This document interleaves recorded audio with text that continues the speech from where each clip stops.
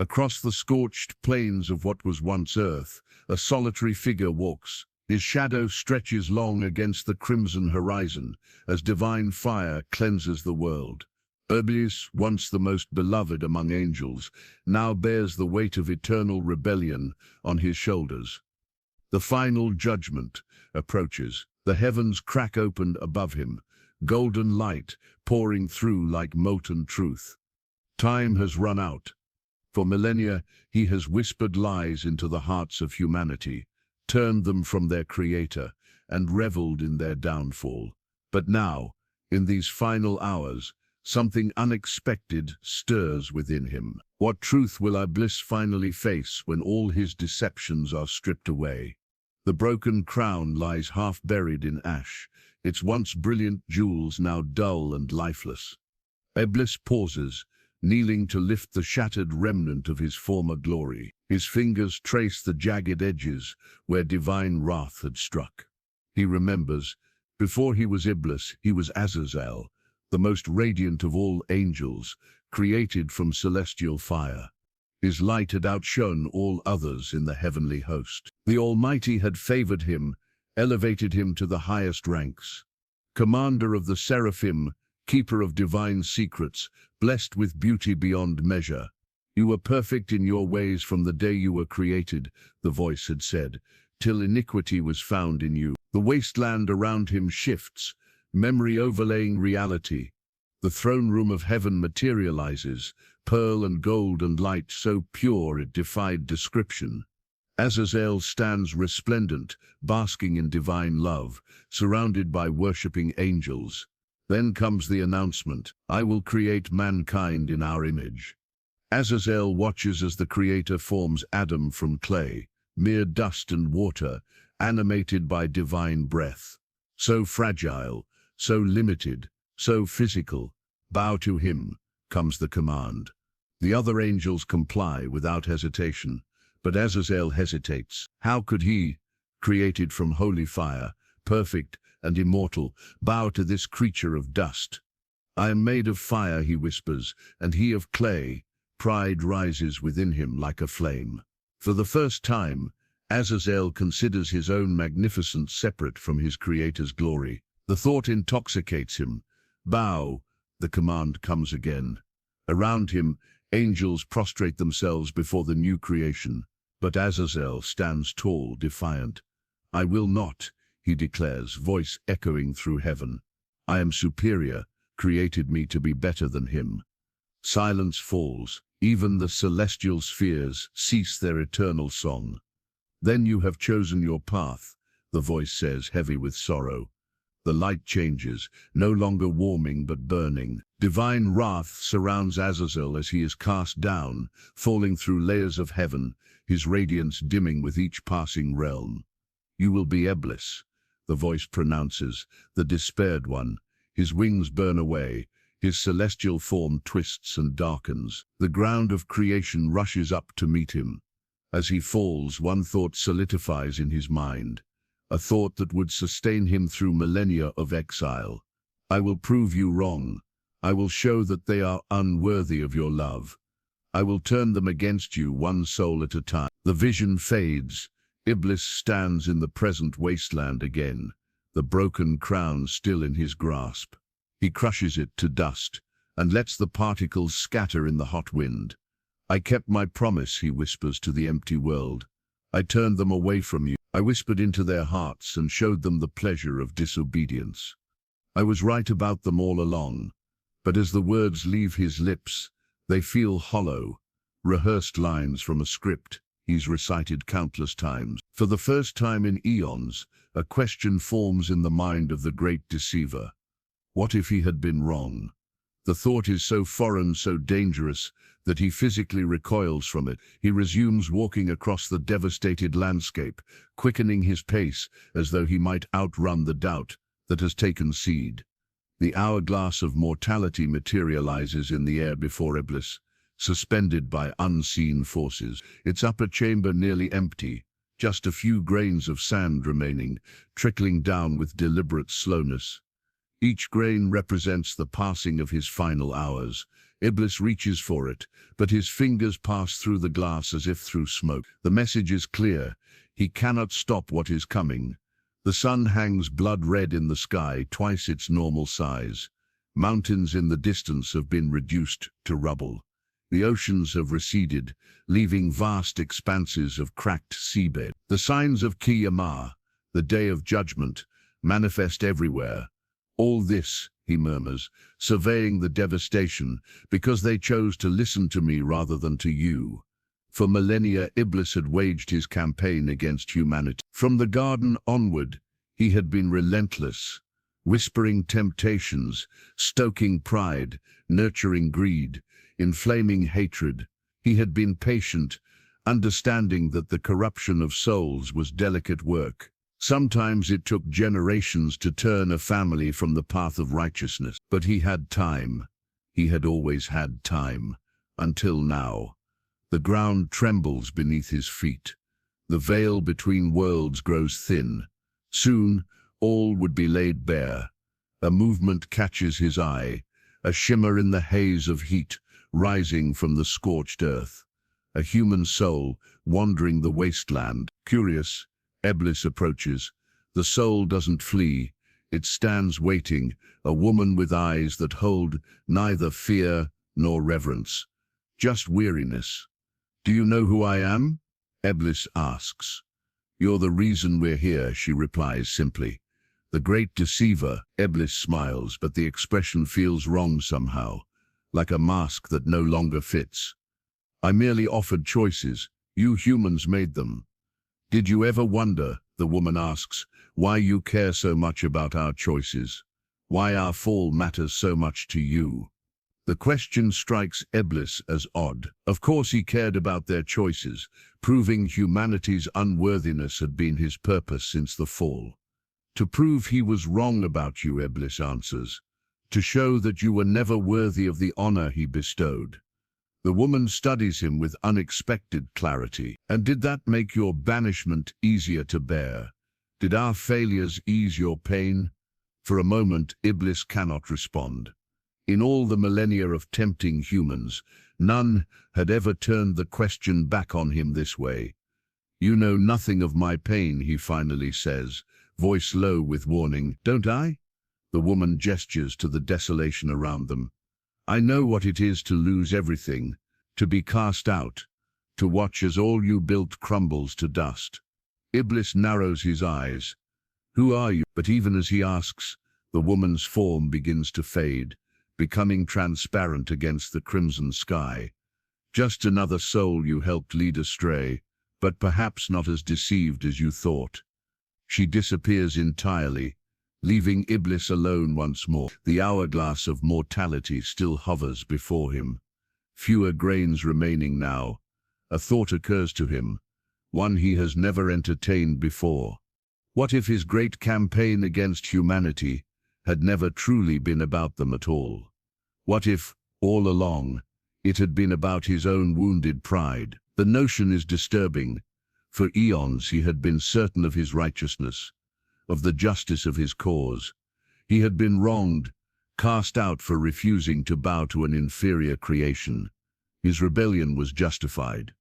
Wasn't. The ground shakes more violently, cracks spreading like a web beneath his feet. The veil between worlds thins further. Soon, all truths would be revealed, not just to humanity, but to him as well. For the first time since his fall, Iblis feels something akin to fear, not of punishment. He has long accepted that his fate is the eternal fire, but of something else, something worse. The fear that he has been wrong all along. The hourglass of mortality continues its inexorable countdown. Time, the one resource that had always seemed infinite to the immortal Iblis, is running out. A glint of light catches Iblis's eye, something reflective half buried in the ash. He uncovers the mirror of truth, its surface unnaturally perfect, despite the surrounding devastation. As he lifts it, the mirror doesn't show his reflection but remains dark, as though waiting. "Admiring yourself even now, fallen one." The voice comes from behind him, melodious yet piercing.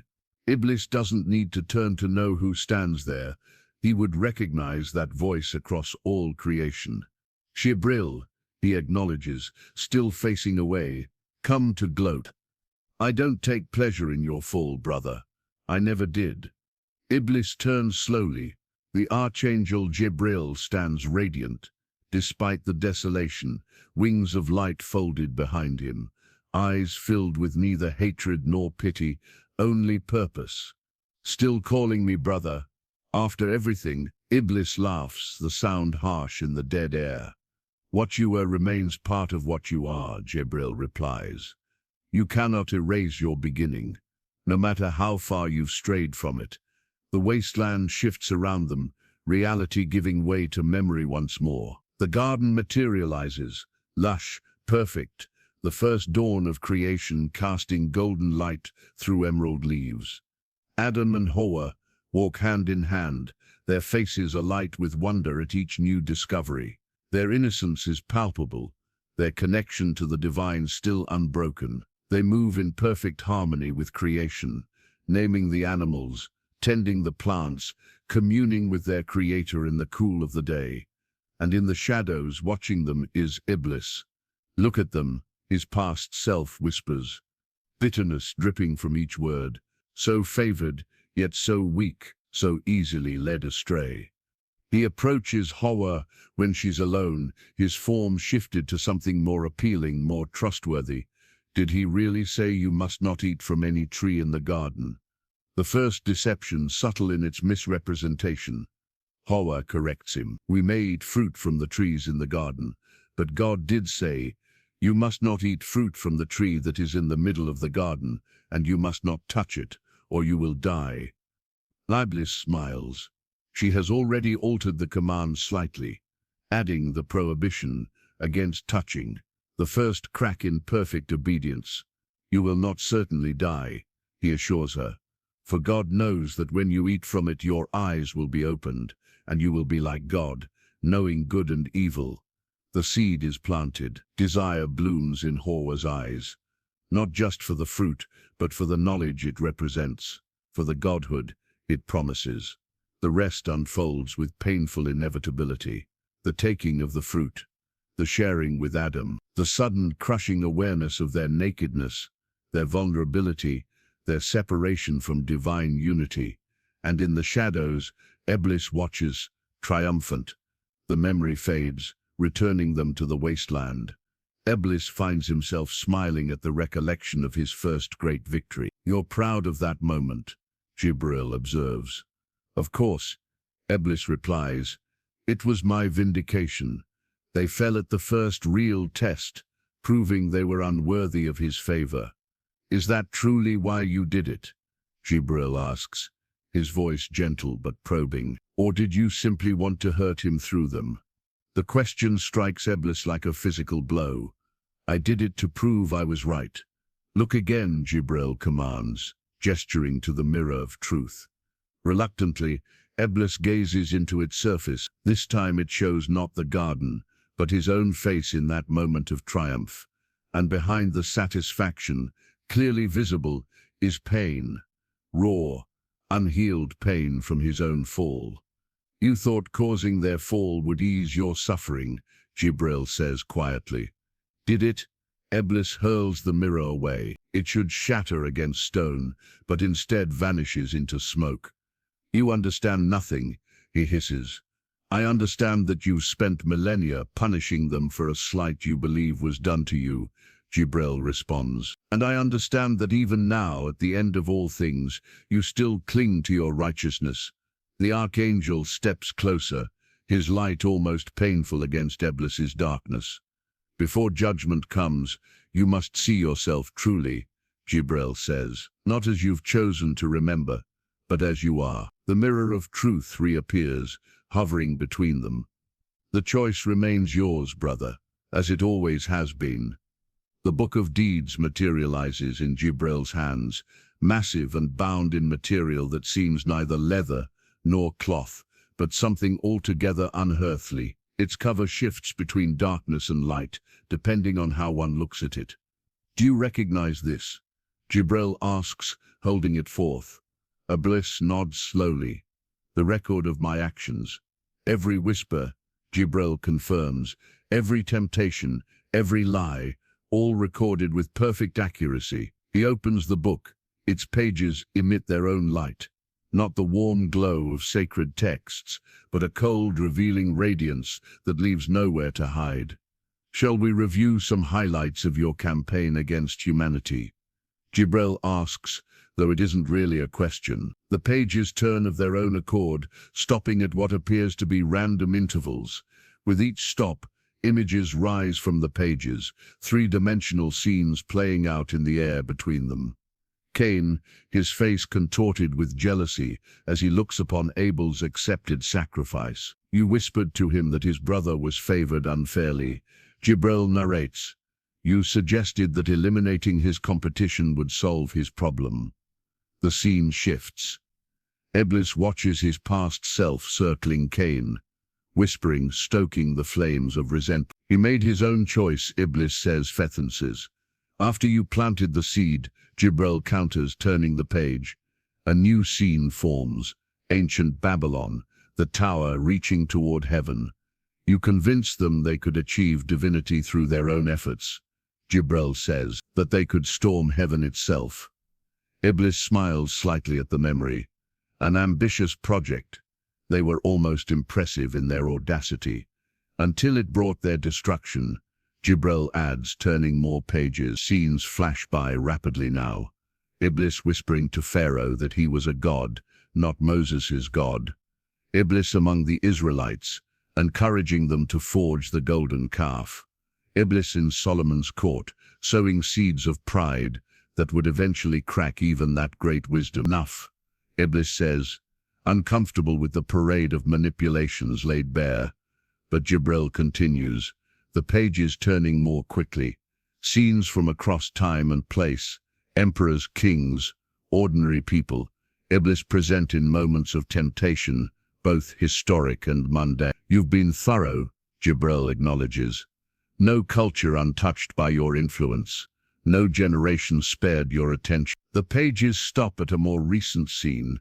A man in modern dress, sitting alone before a computer screen, his face lit by its glow as he types hateful words, encouraging violence.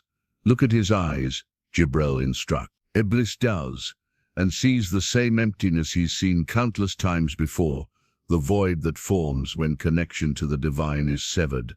Another victory, Iblis says, but the words sound hollow even to himself. Is it? Jibril asks. What did you win? Before Iblis can answer, the pages turn again, showing not scenes of temptation but their aftermaths. Broken families, wars, genocides, environmental devastation.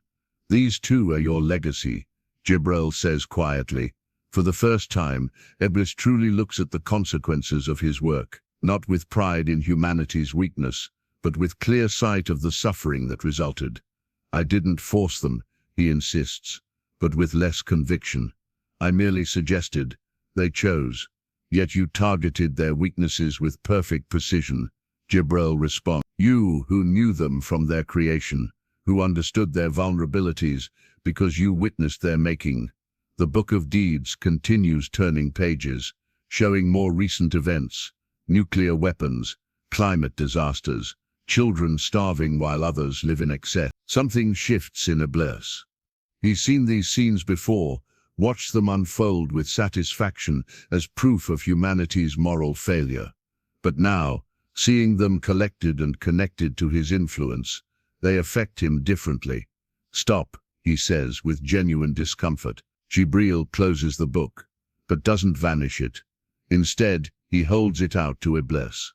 Take it, he says. It belongs to you. Reluctantly, Iblis accepts the Book of Deeds. It's heavier than he expected, as though weighted with more than just paper and binding. The hours grow short, Jibril says, his form already beginning to fade. What you do with this knowledge is, as always, your choice. And then Jibril is gone, leaving Iblis alone with the book. He considers casting it aside, continuing his journey unencumbered by its damning evidence. Instead, he opens it again, forcing himself to look more closely at pages he'd skimmed before. And for the first time in his existence, Iblis begins to question not just his methods, but his mission itself. Iblis continues his journey across the wasteland, the book of deeds clutched against his chest. With each step, the sky above him changes, the blood red giving way to something stranger.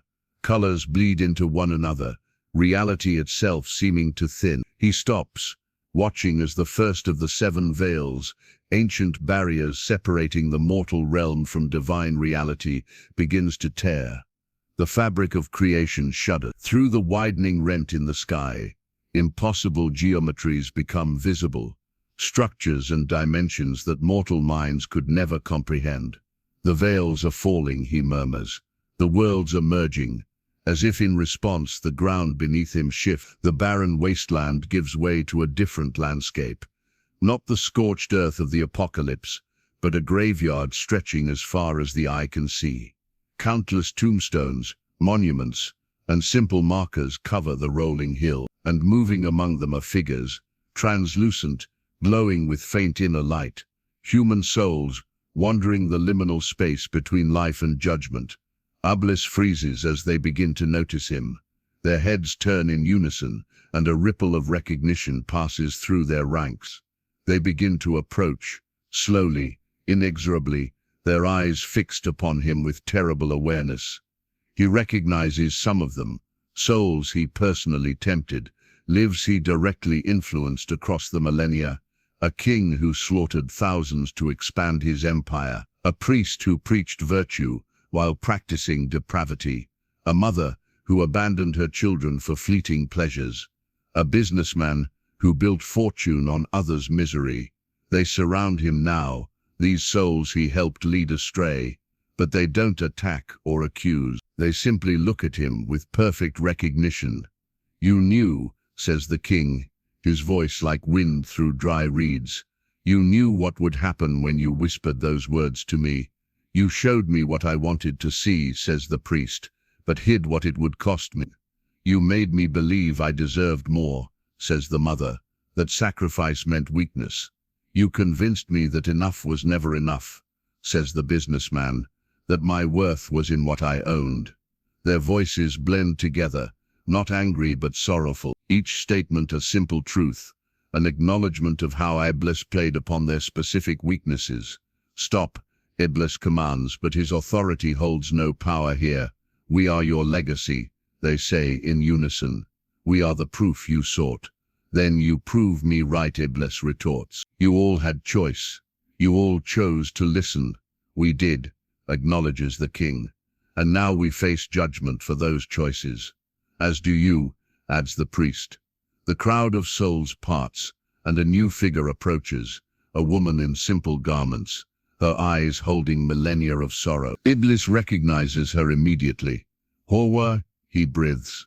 Eve, the mother of humanity, the first to succumb to his temptation, stands before him.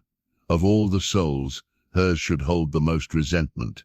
Instead, she looks at him with something like compassion. "You never understood what you took from us," she says softly.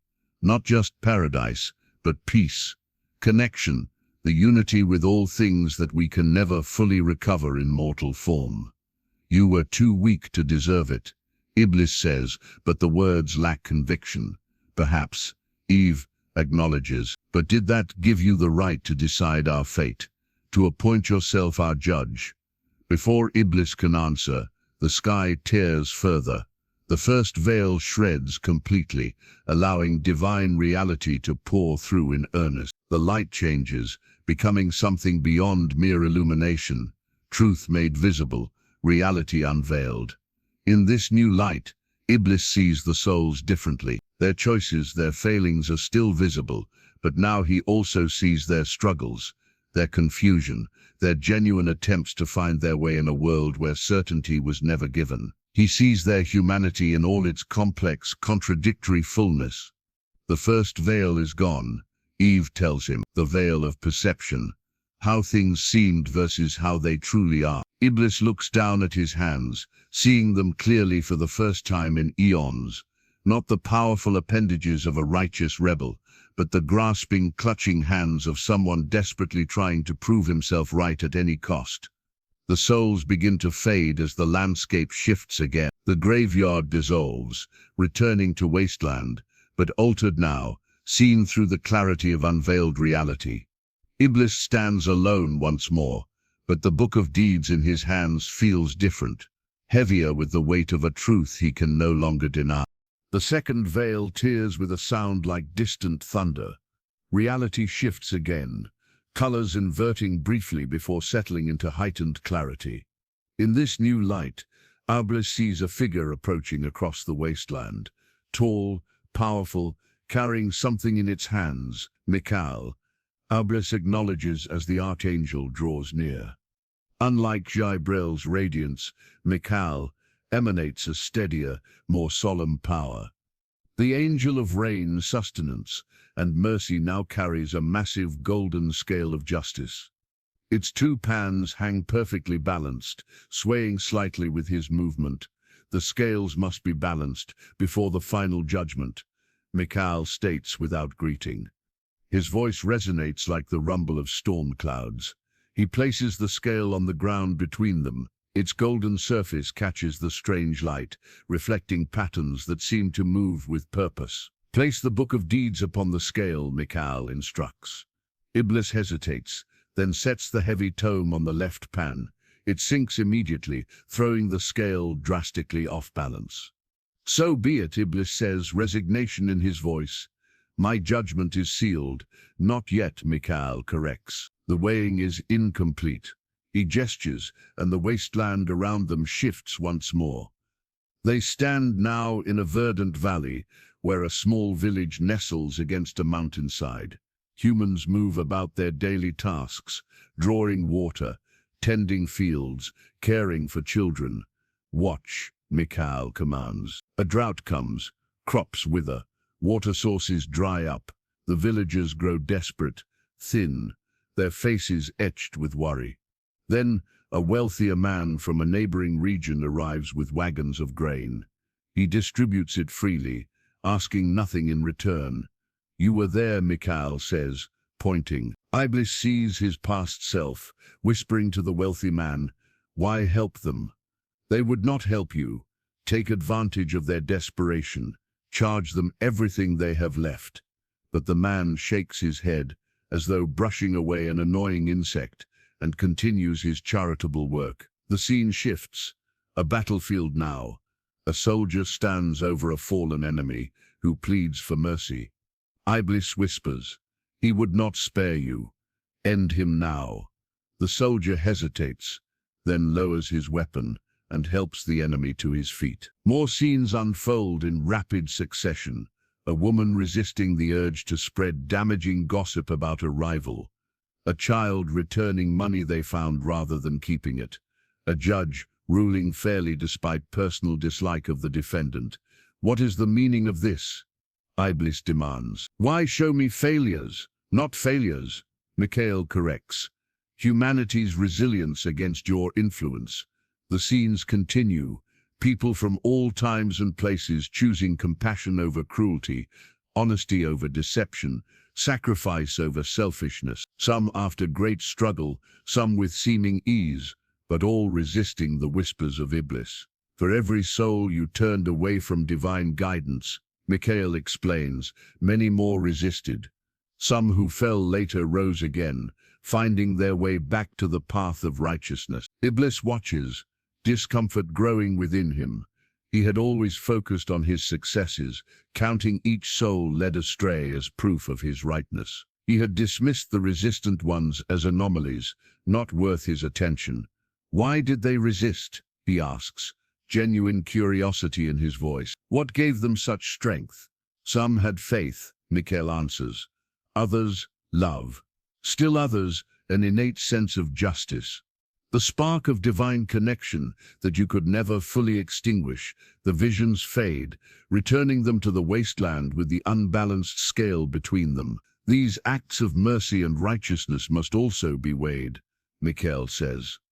He produces a small crystal vial containing what appears to be water, though it shimmers within a light. He pours it into the right pan of the scale. Though seemingly insignificant against the massive book of deeds, the liquid causes the pan to descend, nearly but not quite balancing the scale. "What is that?" Iblis asks. "The tears of the compassionate," Mikhail replies, "the essence of mercy shown by those you sought to corrupt." Iblis stares at the nearly balanced scale. "It's not enough," he observes. "The balance remains in my favor." "True," Mikhail acknowledges, "but closer than you expected, is it not?" Iblis has no response to this. The nearness of balance disturbs him more than a complete imbalance would have. "You thought them weak," Mikhail says quietly, "unworthy of divine love. Yet look how close they came to overcoming all your efforts." He takes up the scale again, its slight imbalance somehow more profound than if the disparity had been great. "Consider what this means," Mikhail says as he begins to fade from view. "Consider what might yet restore the balance." Alone again, Iblis ponders the archangel's words. For the first time, he considers that he might have underestimated humanity all along. The third veil tears with a sound like crystal shattering. The wasteland illuminates with light from beyond creation, not blinding, but revealing, showing the essence of things, rather than merely their forms. In this light, Iblis notices something etched into the ground at his feet. Words written in a language more ancient than the world itself. The forgotten prayer, words of perfect submission he once spoke before pride entered his heart. He kneels, fingers hovering over the script that seems to burn within a fire. As he touches the first letter, memory overwhelms him. He remembers. Before he was Iblis, before he was even Azal, he was light and devotion given form. Created first among the angels, designed to reflect divine glory in perfect harmony. His earliest awareness was of love, boundless, unconditional, overwhelming. And his first act was worship. "Glory to you, Creator of all," his voice had sung in those first moments. "I exist to serve your will. My light is but a reflection of yours. My purpose, a fulfillment of your design. I submit completely to your wisdom, for you are the all-knowing, the most compassionate." The memory is so vivid, so present, that Iblis finds himself whispering the words aloud in the wasteland. Each syllable awakens something long dormant within him, the memory of perfect peace, of existence without conflict or doubt. He remembers the time before time, when he dwelled in the direct light of divine presence. No separation existed then, no concept of I, as distinct from the divine will. There was only harmony, purpose, and a joy so complete it needed no name. "I was first among the worshippers," Iblis whispers, "closest to the light." More memories cascade through him, leading the heavenly host in songs of praise, bowing in perfect unison with the cosmic rhythms, existing in a state of such perfect submission that no desire existed except to serve. For uncounted ages, this was his entire existence. Bliss beyond understanding, purpose beyond questioning. He had been the standard-bearer of devotion, the exemplar of worship. What changed, he asks himself, the question emerging unbidden from his lips. The answer rises from the forgotten prayer at his feet, the words glowing more intensely now. Pride, so subtle at first, a small awareness of his own radiance, a slight separation between his will and divine will. The first moment he thought of himself as separate, as special, as deserving of recognition for his devotion. The beginning of I as distinct from thou. With this awareness comes overwhelming emotion, grief for what was lost, rage at himself for losing it, shame at how far he has fallen from that original state of perfect union. I was made for worship, Iblis whispers, the realization striking him like physical pain. It was my very purpose, and I abandoned it for what? For the right to refuse, for the assertion of separate will, for pride in his own nature as distinct from and superior to others. The forgotten prayer continues to burn before him, each word a reminder of what he once was, what he was designed to be. The contrast between that original state and his current condition is so stark that Iblis physically recoils from it. For the first time since his fall, he allows himself to feel the full weight of what he lost. Not just his place in the celestial hierarchy, not just divine favor, but his very reason for existence. The perfect peace of aligned purpose. Could it be, he wonders aloud, that I was wrong from the very beginning? The thought is so alien, so threatening to the identity he has built over millennia, that his entire being resists it. He has defined himself by his rebellion for so long that to question its validity is to question his very self. Yet the forgotten prayer remains before him, undeniable evidence of what he once was and what he abandoned. A single tear falls from Iblis's eye, the first since his creation, landing on the burning script. Where it touches, fire intensifies, spreading outward along each letter until the entire prayer blazes with blinding light. The third veil is now completely gone. Divine reality pours through the widening breach between worlds, making it increasingly difficult to maintain the comfortable illusions he has lived by for so long. Iblis rises slowly, the words of the forgotten prayer now etched, not just in the ground, but in his awareness. He cannot unremember what he has remembered. He cannot unsee what has been revealed.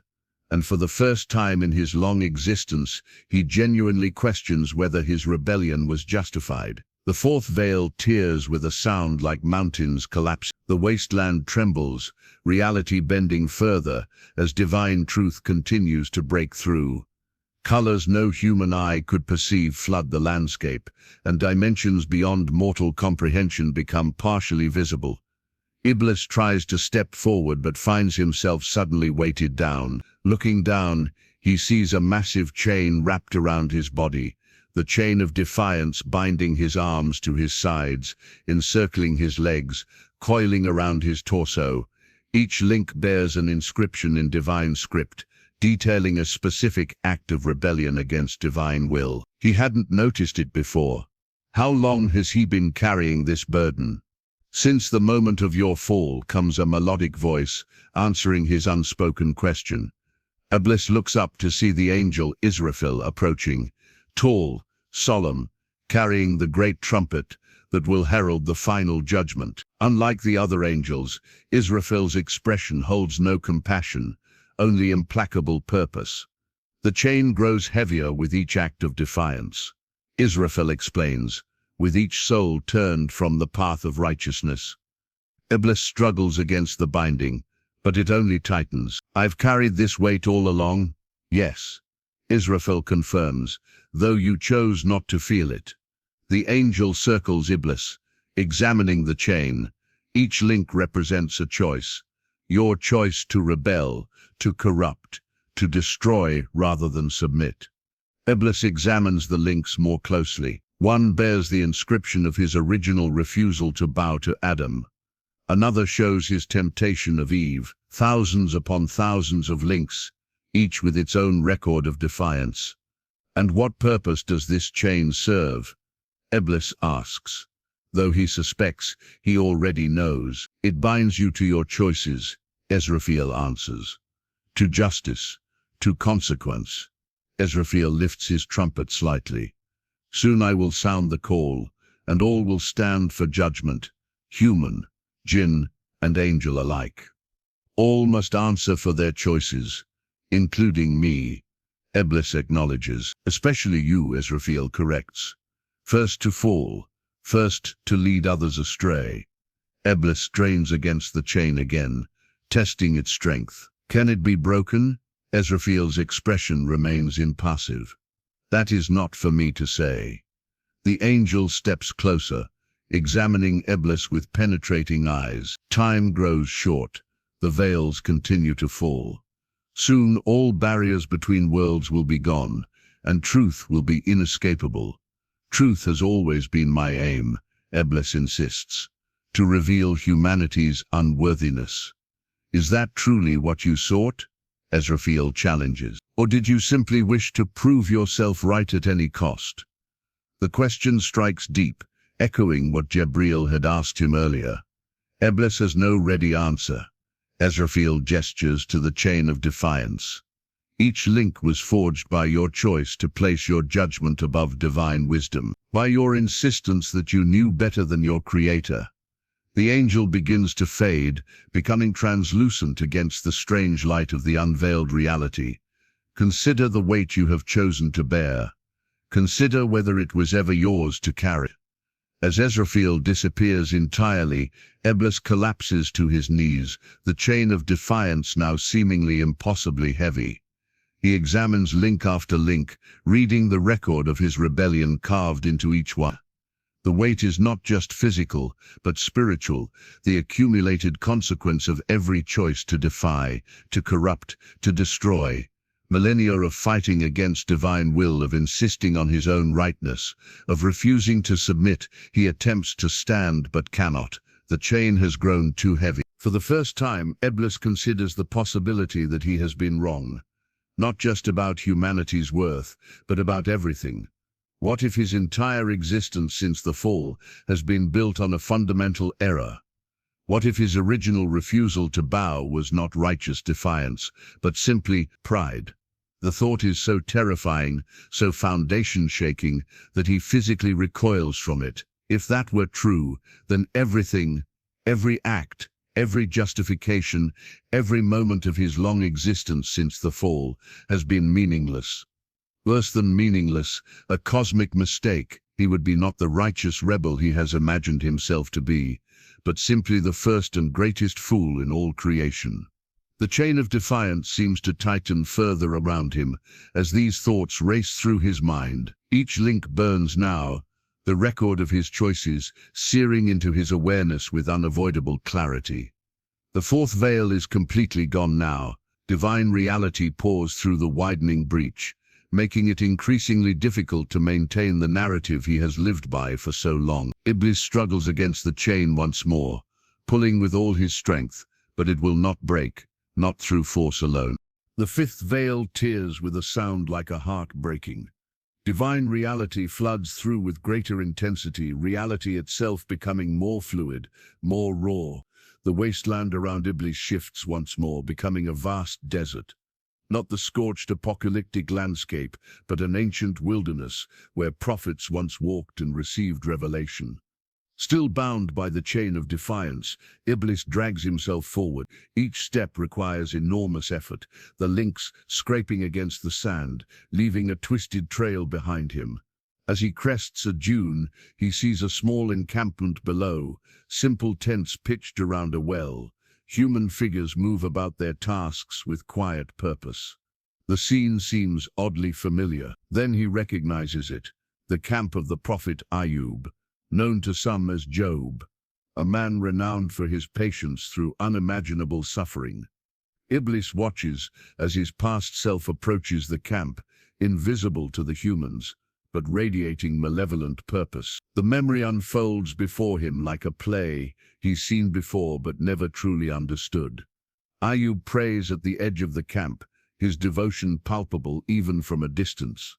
Iblis remembers how that devotion had irritated him, how he had been determined to break it. He only worships because of his blessings.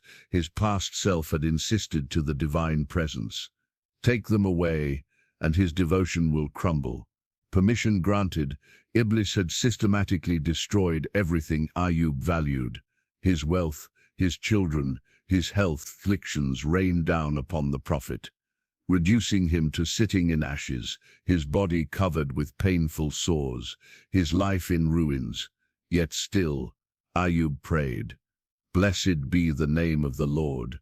He would whisper through cracked lips, even as he scraped his sores with broken pottery. The present Iblis watches his past self growing increasingly frustrated, whispering ever more vicious suggestions into Ayub's ear. "Curse God and die," he urged. "What kind of Lord would allow such suffering? You have been faithful, and this is your reward." But Ayub had persisted in his devotion. "The Lord gave, and the Lord has taken away," he responded, his voice weak but his resolve unbroken. In the present, Iblis feels something shift within him as he watches this scene.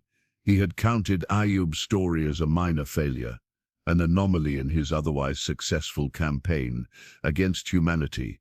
But now he sees something else in the prophet's steadfastness. Not simple stubbornness, but a depth of faith he had never truly comprehended. The scene shifts. Now Iblis sees other humans who had resisted his temptations throughout history. A young woman who chose poverty rather than compromise her principles for wealth. A ruler who sacrificed his own interests to protect the vulnerable. A child who shared his last morsel of food during famine. Ordinary people making extraordinary choices, even when no one was watching, even when it cost them everything. Why? Iblis whispers to the visions. Why choose hardship when ease was within reach? Why choose righteousness when sin offered immediate rewards? None of the figures reply directly, but in their faces he sees something he had always dismissed. A peace that transcends circumstance. A connection to something beyond the material world. As he watches, a figure separates from the others and approaches him, an elderly man with eyes that hold both suffering and joy in equal measure.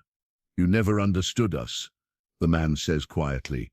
"You saw our weaknesses clearly enough, but you never comprehended our capacity for love." "Love is weakness," Iblis replies automatically, but the words sound hollow even to himself. "Is it?" the man asks. "Or is it the greatest strength of all? The only force powerful enough to choose sacrifice freely?" The man reaches out, touching the chain of defiance. Where his fingers make contact, the metal dulls slightly, the burning inscriptions cooling. "We knew what you offered us," the man continues. "Immediate gratification, power, pleasure, freedom from constraint. But we also knew what it would cost. Yet many chose my offerings," Iblis counters. "Many did," the man acknowledges. "Many fell, many failed. But some rose again. Some returned to the path. Some found redemption." The word strikes Iblis like a physical blow. Redemption. The concept he had always denied, was possible, had fought against with all his might. "Even the fallen can rise," the man says, as if reading his thoughts. "Even the broken can be mended. Even the lost can find their way home." Iblis feels something wet on his face. Reaching up with a chained hand, he touches his cheek and finds moisture there. A tear. His tear. It falls to the ground, crystallizing instantly into a perfect gemstone, the tear of repentance glowing with inner light against the dark sand. The fifth veil is completely gone now. The man fades along with the visions, leaving Iblis alone with the glowing tear and his increasingly unbearable thoughts. For the first time in his long existence, he experiences something entirely new and terrifying. Genuine remorse. The sixth veil tears with a sound like 1,000 pages turning simultaneously. The desert vanishes, replaced by emptiness. Not darkness, but a void waiting to be filled. In this space, points of light begin to appear, arranging themselves in intricate patterns. Letters form, then words, then verses. Before Iblis hovers the Qur'an unveiled, not as a physical book, but as pure revelation, its verses manifesting as light and vibration, and truth beyond language. It exists in dimensions beyond the physical, its true nature finally visible as the sixth veil falls away. Iblis has seen the earthly Qur'an countless times over the centuries. He has watched humans read it, recite it, study it, teach it. He has witnessed how its words affected them, bringing some to tears, others to reverence, still others to action. He has observed how its guidance shaped communities and civilizations, and he has worked tirelessly to distort its meanings, to encourage misinterpretations, to turn it from a source of guidance into a tool for division. But now he sees it in its true, complete cosmic form, uncorrupted, unveiled, perfect in its harmony. The beauty of it is almost unbearable. Verses he had twisted to serve his purposes now shine with their intended meaning, and we have already created man and know what his soul whispers to him, and we are closer to him than his jugular vein. The verse pulses with divine intimacy, the Creator's profound closeness to creation, a connection more fundamental than physical proximity. And of my servants, only a few are grateful. Words he had used to justify his contempt for humanity now reveal a different truth, not divine rejection, but divine patience with human frailty. Indeed, we offered the trust to the heavens and the earth and the mountains, and they declined to bear it and feared it, but man undertook to bear it. Indeed, he was unjust and ignorant. The verse he had most often cited as proof of human unworthiness now reveals its deeper meaning, humanity's willingness to accept moral responsibility, despite their limitations, an act of tremendous courage rather than arrogance. As each verse manifests, Iblis recognizes how deliberately he had misinterpreted divine words.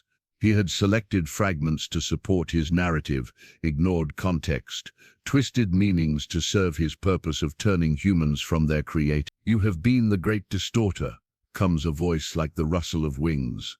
Azrael, the angel of death, materializes beside the floating scripture. His presence is different from the other angels, neither judgmental nor compassionate, simply inevitable. "You took what was meant to heal and used it to harm." Azrael continues, "You took what was meant to unite and used it to divide." Iblis cannot deny it. The evidence hovers before him, each verse a testimony to his deliberate corruption of divine guidance. "I believed I was exposing the truth," Iblis says, though the justification sounds weak even to himself. "You believed what served your purpose," Azrael corrects. "You saw what you wished to see." The angel gestures toward the unveiled Qur'an. "Now you see it as it truly is, complete, uncorrupted, a mercy to all creation." As Azrael speaks, the verses continue to arrange and rearrange themselves, forming patterns of meaning that transcend linear reading. Connections between concepts become visible as lines of light linking distant verses. The entire revelation exists simultaneously, a complete and perfect whole. "The final hours approach swiftly now," Azrael says. "The last veil will soon fall away. All will be revealed. All will be judged, including me," Iblis acknowledges. "Especially you," Azrael confirms. "First, to rebel. First, to lead others astray." The angel of death begins to fade, his form becoming transparent against the radiance of the unveiled scripture. The moment comes when every soul will face what it has earned, when no excuse will avail, when truth can no longer be denied. As Azrael disappears entirely, the verses of the Qur'an unveiled continue their cosmic dance around Iblis. He remains bound by the chain of defiance, but now the crystallized tear of repentance glows at his feet, casting its light upward. For the first time, Iblis truly reads the revelation as it was meant to be understood. He sees its wisdom, its mercy, its perfect balance of justice and compassion. He recognizes how completely he has misrepresented divine intent throughout human history. A verse manifests directly before him, glowing more intensely than the others. "My mercy encompasses all things." The words penetrate to the core of his being. All things. Could that possibly include him, the greatest rebel, after all he has done? The thought is so foreign, so threatening to everything he has believed about himself and the divine, that he cannot fully grasp it. The sixth veil is now completely gone. Divine reality floods through with overwhelming clarity, leaving nowhere to hide from truth. The final veil begins to tear, slowly, deliberately, with a sound like the universe holding its breath. Through this widening breach, Iblis sees it forming, the bridge of Sirat, stretching across an unfathomable abyss, thinner than a hair, sharper than a sword. The bridge spans from where he stands to a distant shore obscured by light too intense to comprehend. All souls must cross this bridge on Judgment Day, the righteous passing over it with ease, the sinful struggling before falling into the depths. Iblis apses the near end of the bridge. The chain of defiance still binds him, making each step laborious. The crystallized tear of repentance glows at his feet, and the verses of the Qur'an unveiled continue their celestial dance around him. He places one foot on the bridge and immediately feels it, narrower than he expected, the edge cutting into him. His balance falters. None cross without confronting truth, comes a voice from everywhere and nowhere. Iblis steadies himself, then takes another step. As his foot touches the bridge, a memory consumes him. The moment he first questioned divine wisdom, not yet rebellion, but the seed of it. The first time he considered that his judgment might be superior to his creator's. He had watched the formation of Adam with growing resentment, his thoughts turning inward.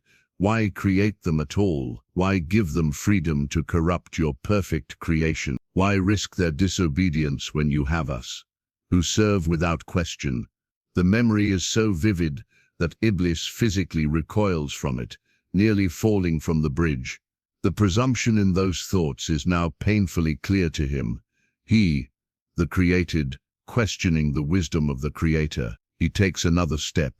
Another memory engulfs him. His refusal to bow to Adam, not just the external act, but the internal justification. His certainty that he was right, that this command was somehow unjust to him. I am made of fire, he of clay. The words had felt so righteous then. Now he sees them for what they were. Pure pride, the valuing of his own nature over divine command. Step after step, memory after memory.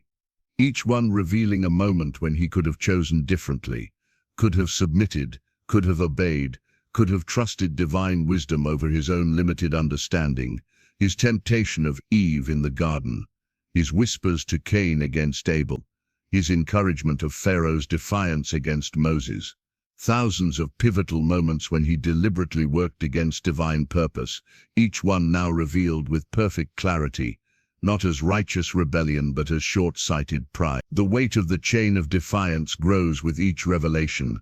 Halfway across the bridge, Iblis stumbles and falls to his knees, unable to continue. I cannot, he whispers to the abyss below. The weight is too great. The weight is of your own making, responds the voice. Each link forged by your choice. Iblis looks back at the path he has traveled. The bridge behind him is marked by his passing, his chains leaving deep scratches on its perfect surface. Ahead, the bridge stretches impossibly far, the distant shore still obscured by blinding light. I will never reach the end, he realizes. Not like this. Not bearing this weight, he tries again to stand, but cannot. The chain of defiance has grown too heavy, the burden of his choices too great to bear. Then, unbidden, a verse from the Qur'an, unveiled, manifests directly before him. No soul is burdened beyond what it can bear. The words hover in the air, pulsing with truth. Iblis stares at them, uncomprehending at first. How can this apply to him? His burden is millennia of deliberate rebellion, countless souls led astray. And yet, he looks again at the crystallized tear of repentance that somehow still accompanies him on the bridge. It glows more intensely now, casting its light on the chains that bind him. Another verse materializes, despair not of the mercy of Allah. The words seem impossible, unimaginable. Mercy, for him, after everything? Iblis reaches for the tear, his chained hands barely able to grasp the small crystal. As his fingers close around it, the tear pulses with warmth. Could there be another way? After eons of defiance, could there be a path he has never considered? The bridge stretches before him, impossibly narrow, impossibly far. The weight of the chain of defiance pulls him down, threatening to drag him into the abyss below. The path ahead seems impassable, yet the tear in his hand pulses with possibility. The verses around him speak of mercy beyond understanding. The final veil continues to tear, divine reality breaking through with ever greater clarity. And for the first time in his long existence, Iblis considers a completely foreign concept: surrender.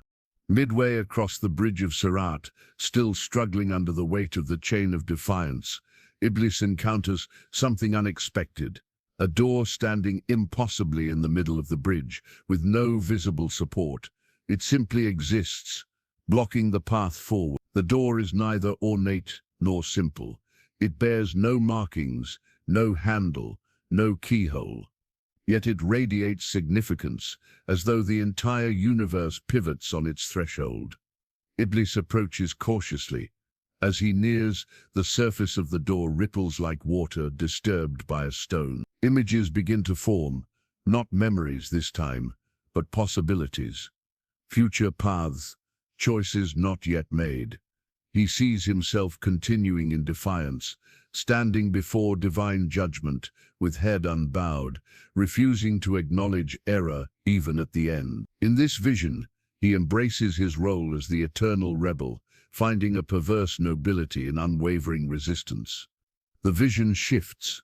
Now he sees himself pleading for mercy while still justifying his actions, admitting error, but placing blame elsewhere. I was made this way, his future self argues.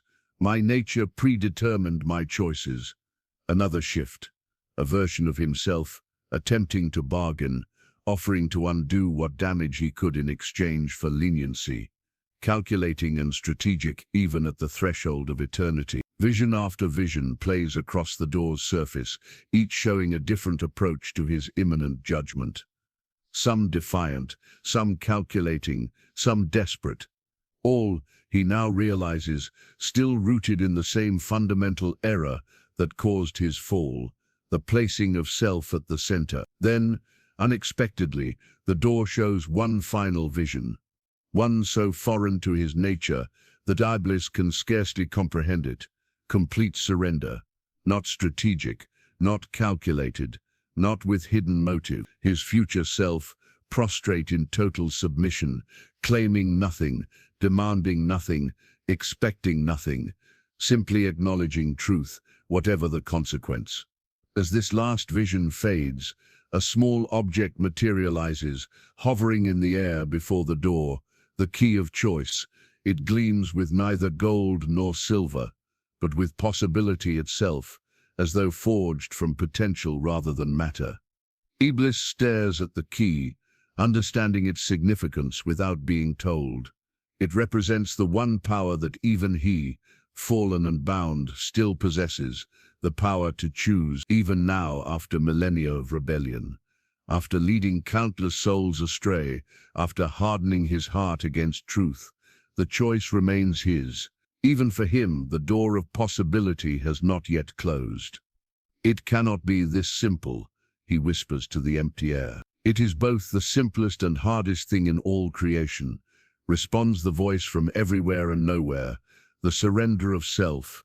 Iblis reaches for the key, his chained hands making the movement difficult. As his fingers close around it, the key pulses with warmth similar to the tear of repentance.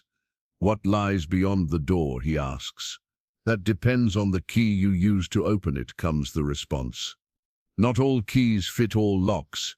Iblis examines the key of choice more carefully. It seems to shift in his grasp, its form adapting to his perception. One moment it resembles a key of defiance, sharp, unyielding, designed to force its way through. The next moment it transforms into something else, a key of submission, shaped to match the lock rather than overcome it. He realizes with sudden clarity that the key's form depends on his intention. It becomes what he chooses it to be. Even now I have this power, he asks, genuine wonder in his voice. Free will was never taken from you, the voice confirms. Even in your fall, you remained a creature of choice. The implications are staggering. Throughout his long existence, Iblis had increasingly viewed himself as locked into his role. The great antagonist, the necessary rebel. He had come to believe that his path was fixed from the moment of his fall. But if choice remained, he looks again at the door, at the key in his hand, at the chain that binds him. The weight of millennia presses down upon him, all his actions, all his choices, all the souls affected by his influence. And yet, against that immense weight, stands this small key, the power to choose differently. Even now.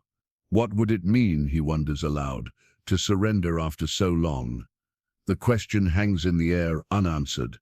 This is not knowledge that can be given, but truth that must be discovered. Iblis stands before the door, the key of choice in his hand, the chain of defiance binding his form, the tear of repentance glowing at his feet, the verses of the Qur'an unveiled, still dancing around him. The final veil continues to tear. Time grows ever short. The moment of ultimate choice approaches. And for the first time in his existence, Iblis genuinely considers what it would mean to submit. Iblis places the key of choice against the door. The surface ripples again, then solidifies. He pushes forward, and the door opens onto blinding light. Stepping through, he finds himself at the end of the bridge of Sirat. The narrow path has led him to a vast plain, stretching in all directions. Above, the sky has become pure light, neither day nor night, but something transcending both. In the center of the plain stands the throne of judgment, massive, radiant, its true form shifting between perceptions. Sometimes it appears as a traditional seat of authority, other times as a focal point of pure divine presence, occasionally as something beyond comprehension, a nexus where all reality converges. Around the throne stand ranks upon ranks of angels, countless, their forms varying from humanoid to utterly alien, all unified in their reverence. The archangels occupy positions closest to the throne: Jibril, Mikael, Israfil, and Azrael, whom Iblis has already encountered on his journey. Gathered on the plain are souls beyond number, all of humanity from Adam to the last child born before the final hour. They stand in perfect stillness, awaiting judgment, their entire lives visible as auras surrounding them. Every choice, every action, every intention laid bare. Among them, Iblis recognizes figures from his long campaign, some he corrupted, others who resisted him. There stand prophets and saints, sinners and skeptics, the faithful and the doubtful, all equal now before divine justice. Adam himself stands at the forefront, the father of humanity, his gaze fixed on Iblis, with an expression neither condemning nor forgiving, simply aware. The atmosphere vibrates with anticipation. This is the moment all creation has moved toward, since its inception, the final accounting, the ultimate justice, the perfect balance. Iblis remains bound by the chain of defiance, but he has managed to carry both the tear of repentance and the key of choice with him. The weight of the chain forces him to his knees at the edge of the assembly, unable to approach the throne. A hush falls over the gathered souls as attention turns to him. Iblis, the great deceiver, the first rebel, architect of so much suffering, now brought low before divine justice. Iblis comes a voice from the throne, not loud, yet penetrating to the core of every being present. It carries neither anger nor compassion, simply absolute authority. You stand accused of rebellion against divine command, of leading countless souls astray, of attempting to thwart divine purpose throughout creation. What say you? The moment Iblis has both dreaded and anticipated for millennia has arrived. All eyes turn to him, angels, prophets, ordinary souls, waiting for his response. The weight of the chain of defiance grows crushing. Each link burns with the record of his rebellion, threatening to pull him down entirely. Yet the key of choice still rests in his hand, warm with possibility. Iblis begins, then falters. What defense could possibly matter now? What justification could stand before perfect knowledge? Images flash through his consciousness, his original refusal to bow, his temptation of Adam and Eve, his whispers to Cain, his corruption of Pharaoh, and countless other interventions throughout human history. He sees again the scales Mikael had shown him, the record of human righteousness, nearly balancing his corrupting influence. He recalls the souls who resisted him, despite terrible suffering, maintaining their faith when surrender would have been easy. He remembers the Qur'an unveiled, its verses revealing meanings he had deliberately distorted.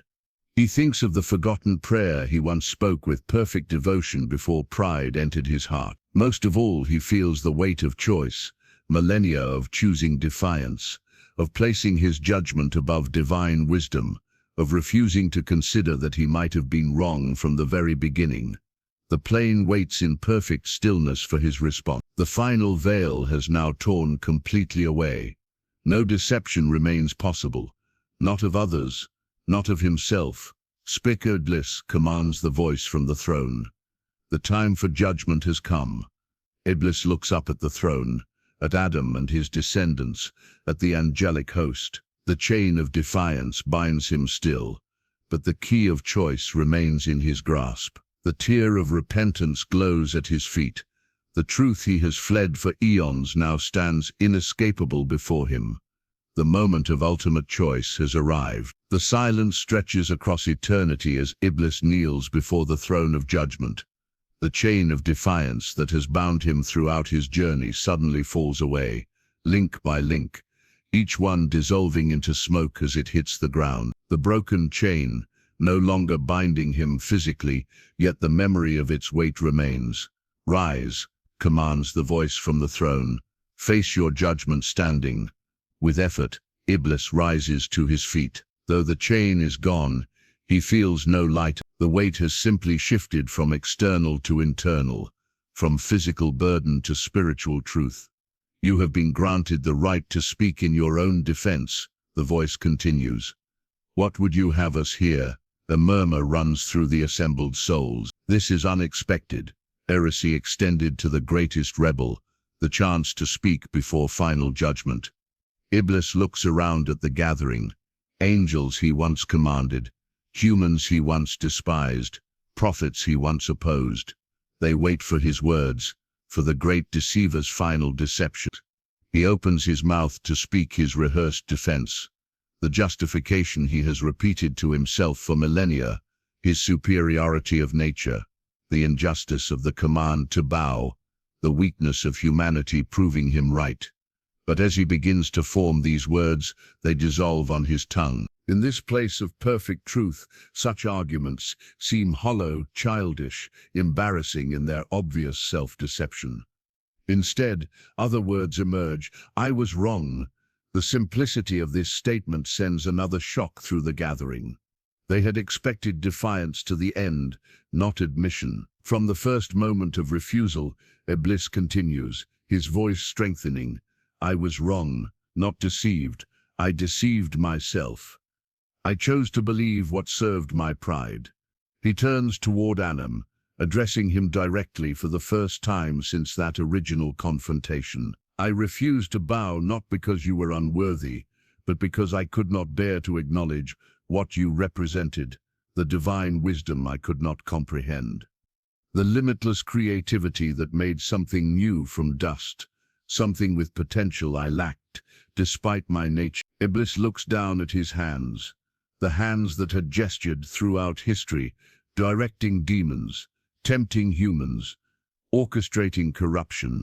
I believed I fought for truth, he admits, for cosmic justice, for the exposure of humanity's unworthiness. But in reality, I fought only for myself, to prove my judgment superior to divine wisdom, to soothe the wound of my pride.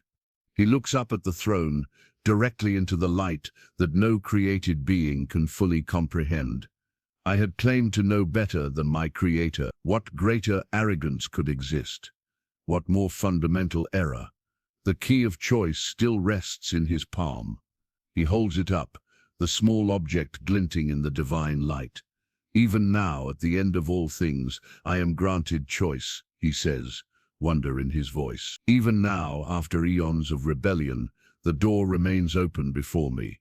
Memories cascade through him, his original devotion, his fall, his long campaign against humanity, the slow unraveling of his certainty during these final hours, as veil after veil fell away, revealing the truth he had fled for so long. I could continue to justify myself, Iblis acknowledges. I could maintain my rebellion to the end, claiming some twisted nobility and unwavering defiance. Many would expect no less of me. He looks again at the assembled souls, at the angels, at Adam. But I would still be wrong, as I have been from the beginning. The tear of repentance at his feet glows more intensely now, casting its light upward over his form. The simple crystal contains within it something powerful enough to challenge millennia of pride. I have no defense to offer, Iblis says finally. No justification that would stand before perfect knowledge. I can only acknowledge what I now see clearly, that I chose rebellion when I could have chosen submission, that I chose pride when I could have chosen humility, that I chose self when I could have chosen service. The key of choice in his hand begins to transform, responding to his words, to the truth he has finally embraced. Its shape shifts from the key of defiance to something new, simpler, humbler, designed not to force but to fit. Iblis looks directly at the throne, at the divine presence no created being can fully comprehend. I was created to worship, he says, his voice breaking slightly with the weight of recognition. It was my first purpose, my true nature, and I abandoned it for the hollow satisfaction of being right on my own terms. He holds up the transformed key. Now I face the consequence of that choice. Whatever judgment is decreed, I accept its justice. I can do no other, and still speak truth. Silence follows Iblis's confession. The assembled host, angels and humanity alike, seem frozen in collective shock. The great deceiver has spoken truth. The eternal rebel has acknowledged his error. The enemy of divine will has surrendered his resistance. From the throne of judgment, the divine presence emanates neither satisfaction nor vindication. Only perfect stillness, the calm at the center of creation. After all this time comes the voice finally, "You choose truth." "I see no other choice," Iblis responds simply. "Not here, not now, not with all veils torn away." A small light appears at his feet, tiny, fragile, glowing with tentative warmth. The seed of faith, something he thought had died within him at the moment of his fall, now rekindled by his admission of error. Iblis stares at it in wonder. "How is this possible? After everything I've done, faith was never taken from you," responds the voice. "You buried it beneath pride, but its potential remained." The tiny seed pulses, growing slightly brighter. Iblis kneels again, not from the weight of chains this time, but in a gesture of reverence he has not made since before his fall. "I understand now," he says softly. "My rebellion was never against injustice, but against my own nature, against the very purpose of my creation. I was made to worship, to reflect divine glory, to serve greater wisdom, and I chose instead to serve only myself." As he speaks, his form begins to change. The corrupted angelic body that has carried the weight of his rebellion for millennia starts to shed its darkness, like tarnish being polished from ancient silver. Light, not his own but reflected, begins to emanate from him. A murmur runs through the assembled host again, louder this time. Angels who had once called him brother watch in astonishment. Humans who had feared him throughout history stare in disbelief. Adam steps forward from among them. The father of humanity approaches his ancient tempter, his expression complex, neither forgiveness nor accusation, but something transcending both. "You tested us," Adam says, perhaps more harshly than was just. "Yet in doing so, you revealed both our weakness and our strength." Iblis meets his gaze directly for the first time since the garden. "I meant to prove you unworthy. I realize now that worthiness was never the point, not for you, not for me. We were never meant to earn divine love through our perfection, but to reflect it through our submission." The seed of faith grows brighter, casting its light outward to illuminate both figures. Around them the gathered souls watch as adversaries from the dawn of creation stand face to face in this moment beyond time. "What happens now?" Iblis asks, addressing both Adam and the divine presence. The voice from the throne responds, Justice must be fulfilled. The consequences of choice cannot be erased, even by repentance. What you have sown, you must reap. Iblis bows his head in acceptance. I understand. I ask no reprieve from justice. Yet mercy exists alongside justice, the voice continues. Not to negate it, but to fulfill its deeper purpose, the restoration of what was lost. The statement hangs in the air, incomprehensible to Iblis. After eons of rebellion, after leading countless souls astray, could restoration be possible? Could his surrender now, at the end of all things, matter against the weight of his history? I don't understand, he admits. Understanding is not required. The voice replies, only acceptance. The seed of faith pulses again, growing slightly larger, its light reaching farther. Iblis cups it gently in his hands, this fragile thing he thought long dead within him. What would you have me do, he asks. The question itself, a form of submission he would have found unthinkable, just hours before. Receive judgment, comes the response. Face consequence. Accept restoration. Not on your terms, but on terms of perfect justice and perfect mercy. The gathered host watches, as the once mighty Iblis kneels before divine authority, the seed of faith cradled in his hands, the transformed key of choice still clutched in his grasp. His transformation is neither complete nor simple. The consequences of millennia cannot be undone in a moment. Yet something fundamental has shifted, not just in form but in essence. The rebellion that defined his existence has given way to something new, something he had forgotten was possible. Submission, not the defeated submission of the conquered, but the willing surrender of one who finally recognizes a wisdom greater than his own. The judgment itself remains unspoken, suspended in this moment of recognition. Divine authority neither rushes to condemn nor to absolve. Perfect justice awaits its perfect time. The moment of judgment arrives. The divine presence on the throne intensifies, light pouring forth with renewed purpose. Before Iblis appears a shimmering pool, the waters of eternity, neither clearly paradise nor punishment, but a threshold between states of being. Iblis pronounces the voice from the throne. You who were Azazel, first among the angels, you have lived by choice since the dawn of creation. By choice you fell. By choice you led others astray. By choice you now acknowledge truth.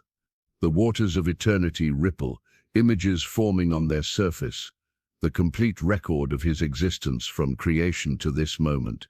His original devotion, his growing pride, his fall, his long campaign against humanity, his final journey through the wasteland as the veils fell away.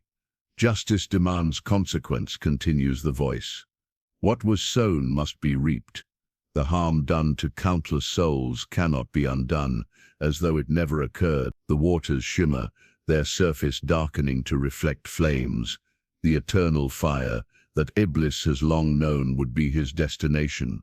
He does not flinch from this vision, accepting its justice with a calm that would have been impossible for him before this journey. Yet mercy exists alongside justice. The voice declares, not to negate it, but to fulfill its deeper purpose. The waters shift again, now showing something unexpected, not paradise, not punishment, but restoration. Iblis sees a vision of himself transformed, neither returned to his original angelic glory, nor condemned to eternal darkness. Something new, something that acknowledges both what he was and what he chose to become. You have asked for no reprieve, the voice acknowledges. You have claimed no right to forgiveness. In this, finally, you have approached wisdom. The assembled host watches in silence as divine judgment unfolds, a mystery beyond full comprehension, the perfect balance of justice and mercy playing out before them. Your punishment cannot be avoided, declares the voice. The consequences of rebellion span eternity, yet even punishment may serve restoration when accepted in truth. The waters of eternity rise now, forming a pillar before Iblis. Within their depths, two paths become visible, one leading to consuming fire, the other to purifying flame. The destination appears the same, yet the experience fundamentally different. Choose, commands the voice. One final time. Iblis looks into the waters, understanding the choice before him. He can enter punishment with continued resistance, holding to the last shreds of his pride, making his suffering an act of defiance. Or he can surrender completely, accepting the flame as purification rather than destruction, the painful but necessary burning away of all that has separated him from his original purpose. The seed of faith in his hands pulses with warmth. The transformed key of choice glows in response. The tear of repentance shimmers at his feet. All converge on this final decision. Without hesitation, Iblis steps toward the purifying path. I choose restoration, he says simply. Whatever that requires of me. As he speaks, Adam approaches once more, standing beside his ancient adversary. In tempting us you revealed our weakness, Adam says. But in your surrender, you reveal something else, that redemption remains possible even after the greatest fall. Around them, the human souls murmur in wonder. Angels who had once called Iblis brother, watch in solemn witness. This is not the end they had expected for the great deceiver, the enemy of creation. The fire will not be easy, Adam warns, compassion in his voice. The burning away of millennia of pride cannot be painless. I know, Iblis responds. I accept it. He turns to face the assembled host one last time. Hear me, all creation. I who led many astray now speak truth. Divine wisdom exceeds all understanding. Divine mercy transcends all expectation. Divine justice serves not destruction, but restoration. What I fought against for eons, I now proclaim as truth. The waters of eternity begin to envelop him, preparing to carry him to his chosen destination. The seed of faith has grown larger, its light steadier. The key has transformed completely, now shaped perfectly to unlock his restoration. It is time, declares the voice from the throne. Iblis bows his head in acceptance, then steps fully into the waters of eternity. They close around him, bearing him toward the purifying flame that will burn away all that separates him from his original purpose. His last conscious thought before the waters claim him completely is not of defiance or regret, but of wonder at the unfathomable depth of divine wisdom that could make even his rebellion serve a greater purpose in the end. As Iblis vanishes into the waters of eternity, the gathered host remains in silent witness. Human souls and angels alike contemplate what they have observed. The surrender of the great deceiver, the transformation of the eternal rebel. Then gradually, a change begins. The wasteland that has formed the backdrop of judgment begins to transform. Barren ground turns fertile. Scorched earth becomes rich soil.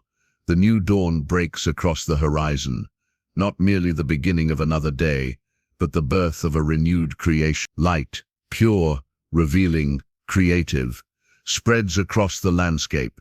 Where there was desolation, life emerges. Plants push through soil. Water springs from dry ground. Colors absent since the fall of creation return with vibrant intensity. The human souls watch in wonder as paradise lost becomes paradise restored. Not identical to what was forfeit, but something new that incorporates all that has transpired since. A creation that includes the memory of brokenness, but is defined by wholeness. Adam and Hawa stand together, witnessing the renewal of what they had once lost through Iblis's temptation and their own choice. It was worth it, Hawa says softly. The suffering, the struggle, the long journey back to this moment. Adam nods in understanding. Paradise means more to those who have known its absence. Around them souls that Iblis had tempted, some who fell permanently, others who returned to righteousness, observe the restoration with complex emotions. For some, regret at what could have been. For others, deeper appreciation of the mercy that welcomes them despite their failures. The angels, too, watch with new comprehension. They who had never fallen, never chosen rebellion, witness the profound significance of return after absence, of restoration after brokenness. Even his rebellion served purpose in the end, observes Jibril, the angel who had first confronted Iblis in the wasteland. Though he meant it for destruction, it became part of a greater restoration. The mystery of divine wisdom agrees that even defiance can be incorporated into the greater plan. As the new dawn continues to spread across creation, a figure appears on a distant hill, solitary, watching the restoration unfold. Not Iblis as he was, but something transformed. Neither the radiant angel Azazel from before the fall, nor the darkened rebel from after. Something new, purified by flame, humbled by truth, restored to purpose if not to original position. He does not approach the gathered host, does not claim place or privilege. He simply witnesses, his presence a testament to the truth he finally embraced, that divine wisdom encompasses even the greatest rebellion. Divine mercy reaches even the most determined rebel. Divine justice serves restoration rather than mere punishment. In the center of the renewed creation, the divine presence manifests not as judge, but as creator, bringing forth life, establishing order, infusing all things with purpose and meaning. The work of creation continues, incorporating rather than erasing what has transpired. Human souls who had suffered at Iblis's instigation find their pain transformed, not forgotten, but woven into a tapestry of meaning that transcends individual experience. Their struggles become wisdom, their resistance becomes strength, their forgiveness becomes healing. The new dawn completes its breaking. Day has fully arrived, not the conclusion of a story, but the beginning of one that will continue beyond this moment of judgment and restoration. In this new light, the transformed Iblis bows in the distance, not in forced submission, but in willing recognition of a wisdom greater than his own. The rebellion that defined his existence for millennia has given way to accept. The pride that drove him has been burned away, leaving space for his original purpose, reflection of divine glory, participation in divine work, celebration of divine wisdom. Not all paradoxes are resolved. Not all mysteries are explained. Creation continues to unfold according to divine purpose, a purpose complex enough to incorporate both obedience and rebellion, both righteousness and sin, both immediate harmony and long roads of return. The final truth revealed is not that rebellion never mattered, but that nothing, not even the most determined defiance, can ultimately thwart divine purpose. The cosmos completes its great circle, returning not to identical beginning, but to harmonious continuation. What was meant to destroy became part of what would restore. What was intended to prove divine wisdom flawed instead revealed its unfathomable depth. The deceiver spoke truth at last. The rebel surrendered at last. The enemy became witness at last. And creation, renewed, continued.